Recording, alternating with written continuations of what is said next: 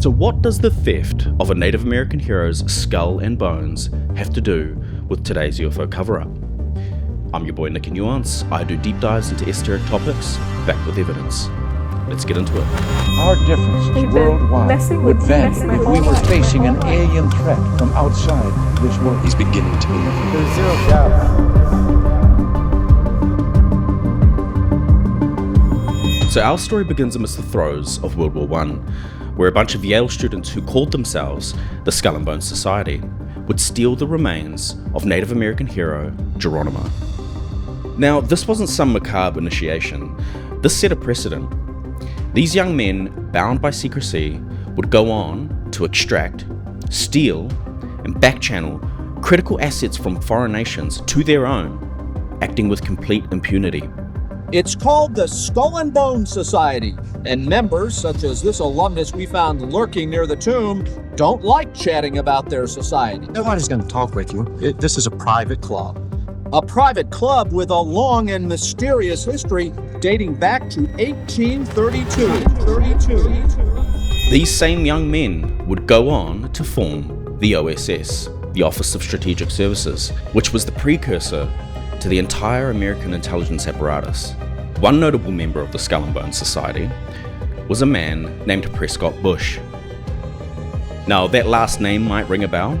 That's because Prescott Bush is the father of President George H.W. Bush, who, obviously, is the father of President George W. Bush. We must stop the terror. I call upon all nations to do everything they can to stop these terrorist killers. Thank you. Now watch this drive.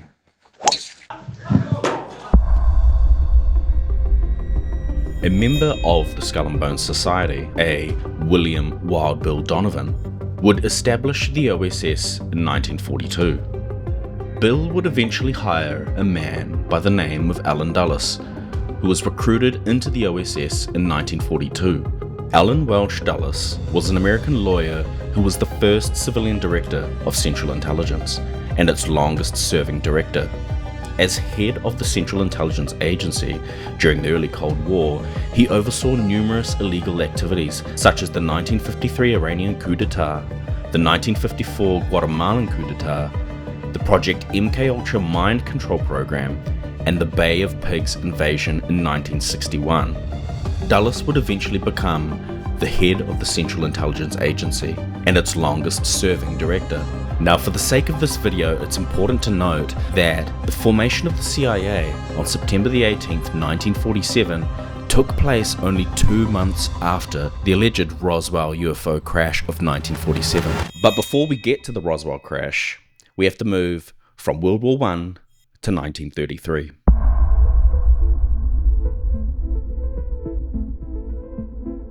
In 1933, in the city of Milan, a UFO would supposedly crash on the outskirts of a town called Magenta. Now, this caused quite a stir in Italy at the time, as you can see by this original document. Translated from Italian, it reads, "Absolutely no mention is to be made of the alleged landing of an unknown aircraft on national soil." The same applies to today's news due for publication by the Stefani Agency and individual journalists. Maximum penalty for non-compliance will be enforced by the Tribunal for State Security. Now, I'm going to play you a clip of an American whistleblower called David Grush, who testified in front of Congress under oath. In this clip with Joe Rogan, he discusses this exact incident. This stuff is landing or crashing around the world, and unexpected countries have had this happen, and that's why I picked that, because I thought that was a interesting case. And then, of course, Pope Pius XII and the Vatican were involved, back-channeling it through the OSS, which became the CIA later, to FDR, and that's how the U.S. knew something weird happened in Italy right before World War II. But so this was 33 was the first, documented? That is the earliest one I can talk about, yeah.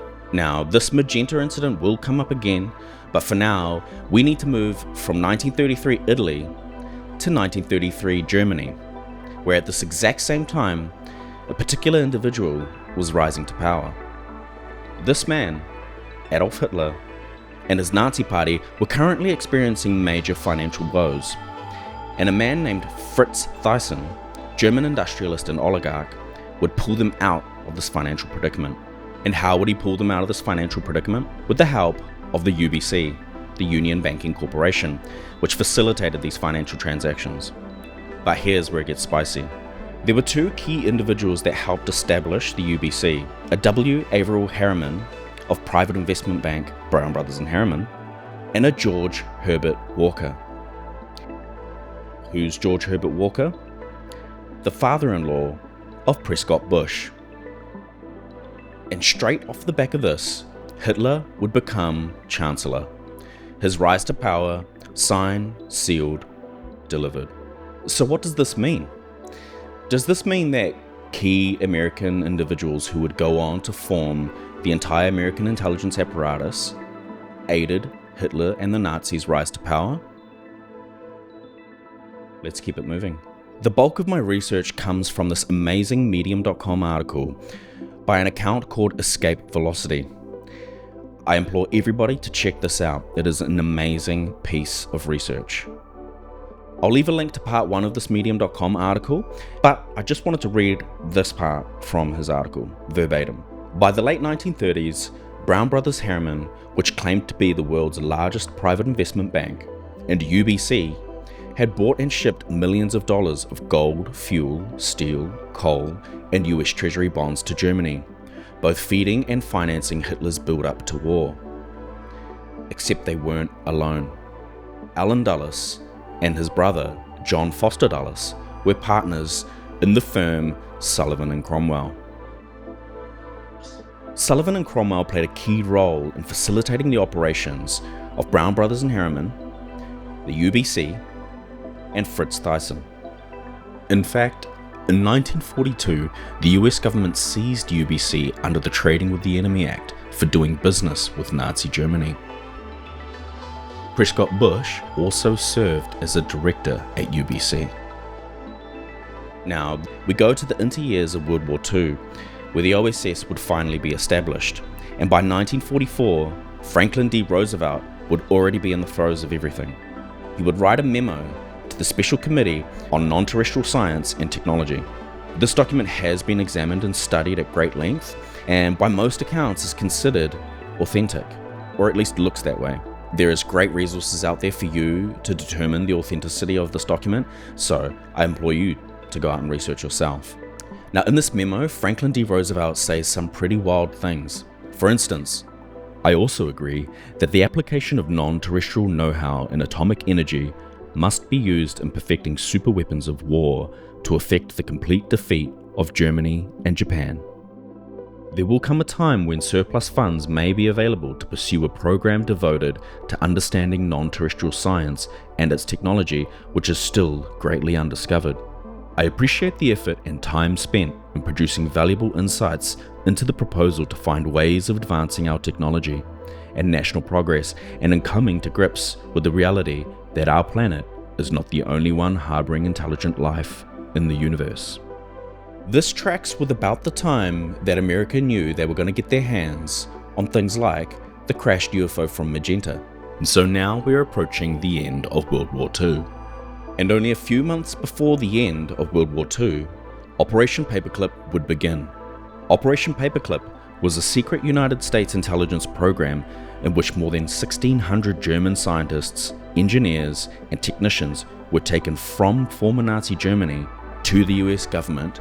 These Nazi scientists would essentially form America's entire space and aerospace industries. For instance, the V-2 rocket was the brainchild of Werner von Braun, who himself directly served under Hitler. Dr. Werner von Braun, who is at present the chief of the Guided Missile Division of the Army's Rocket Center at Redstone Arsenal. He was also overall director of the development of the original V-2 rocket. Now here's a model I designed for a 4-stage orbital rocket ship. Compared to the unmanned instrument rocket, it is quite large, but the overall size and weight of the rocket is mainly determined by the 11 tons weight of this top section. This weight dictates the amount of fuel and the numbers of motors needed to produce enough power to equalize the gravitational pull of the Earth. So we've reached the end of World War II, 1945, and we move to 1947, where on the night of July the 6th, a UFO would supposedly crash in the deserts of New Mexico. And this is where the UFO cover-up begins to gain speed. At first, the military says it's a flying saucer, but just a day later, they would walk it back, claiming it was just a weather balloon. And this would remain the official story from the US government to this very day. But there are major undeniable problems with that explanation. First off, the wreckage was attributed to a classified program called Project Mogul, a project that used high-altitude balloons equipped with microphones to detect Soviet atomic tests from long distances. But here's where it falls apart. The chief scientist of Project Mogul, Dr. Albert Creary, kept meticulous field notes and diary entries. In his entry for the exact date tied to flight number 4, the flight the Air Force claims was responsible for the Roswell debris, he wrote, "No balloon flight again on account of clouds." This confirms that flight number 4 was cancelled. There are no schematics drawn for flight number 4, further evidence it never happened, but we do have the schematic for flight number 5. Which, according to the Project Mogul team, used the exact same layout that flight number 4 would have used.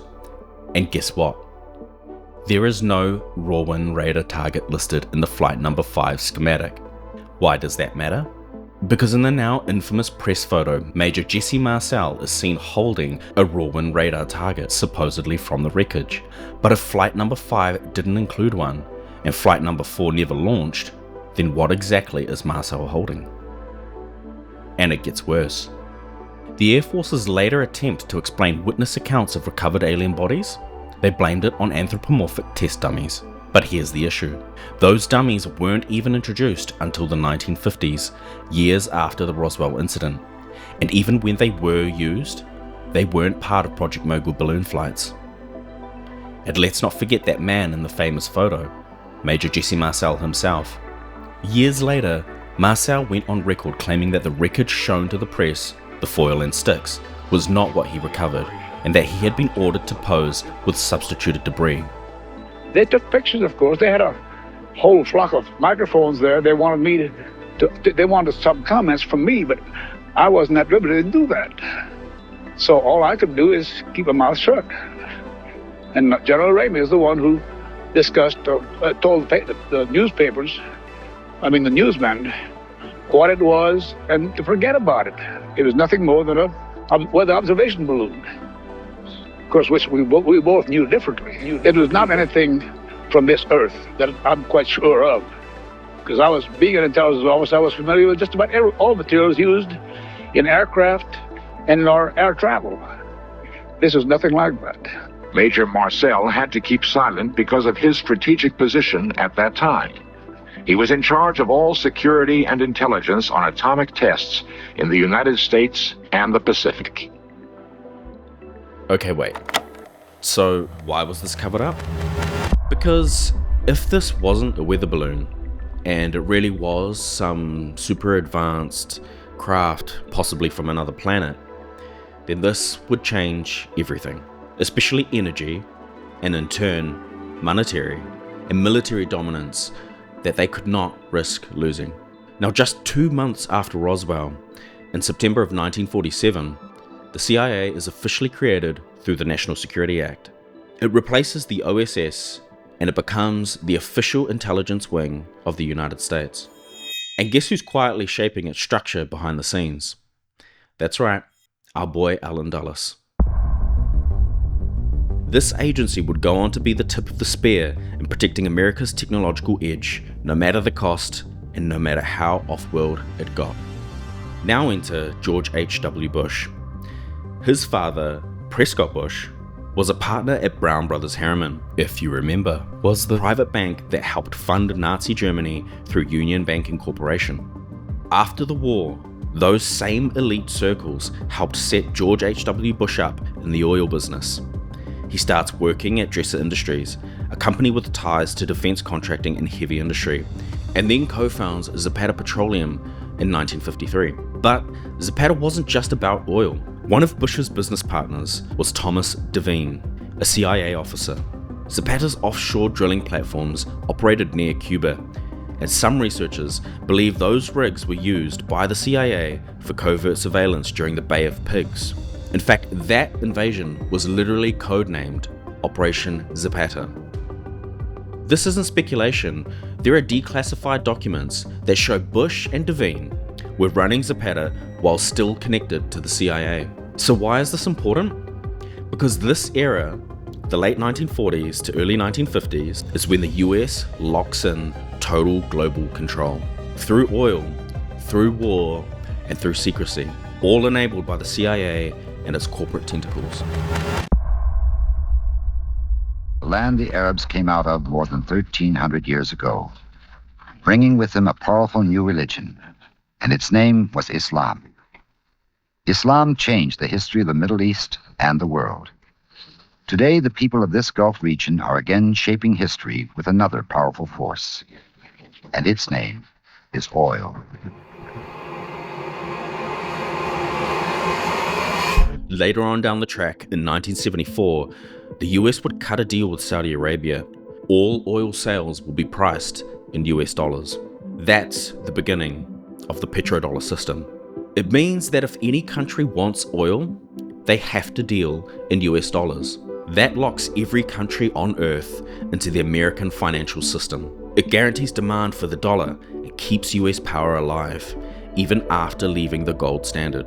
But it also makes oil the most important resource in the world. Now imagine if a craft crashed in 1947 that could fly without fuel, that could manipulate gravity, that could produce seemingly unlimited energy. If that kind of tech got out, oil wouldn't matter anymore. Wars over resources would be pointless. The entire global power structure would collapse. That's why the Roswell crash, and even the Magenta crash before it, was not about aliens. It was about energy, control, and power. That's why the cover-up had to happen. That's why the CIA had to be created. And they can have all the jokes they want on television about the CIA. It's vital to the national security of the United States. And I feel so dedicated and strongly about it that I just wanted to wedge that in, apropos of no question you've asked. That's why people like Bush, Dulles, and their banking and oil networks had to lock this down. The military-industrial complex and the petrodollar system weren't just about money.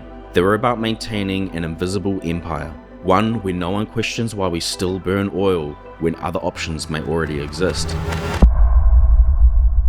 Okay, let's take a step back and let's recap what we've just gone over. In just a few short years, we went from the theft of a Native American hero's skull and bones by a group of Yale students who called themselves the Skull and Bones Society, from mysterious UFO crashes and Nazi rocket scientists, to the creation of the CIA, the birth of big oil empires like Zapata, and a financial system that made the US dollar the global currency of energy. Every piece of that structure depended on keeping advanced technology out of the hands of the public. Whether it was reverse-engineered craft, non-terrestrial materials, or propulsion systems that could erase the need for oil, the people in power knew that disclosure meant collapse. Collapse of power, collapse of control, and collapse of the empire. That's the through line. That's the why. Guys, if you made it to the end, thank you so much for watching. This was part 1 in the series. In part 2, we're going to pick up where we left off and we'll be steamrolling right up through to present day. If you liked this video, drop a like, consider subscribing, and drop a comment down below. Even if you disagreed with anything that I had in the video or you take issue with anything in the video, please drop it down below. This is my first video and I'm real keen to improve, so any feedback is more than welcome. I'm your boy Nicky Nuance, and join me next time as we deep dive into the esoteric. Peace.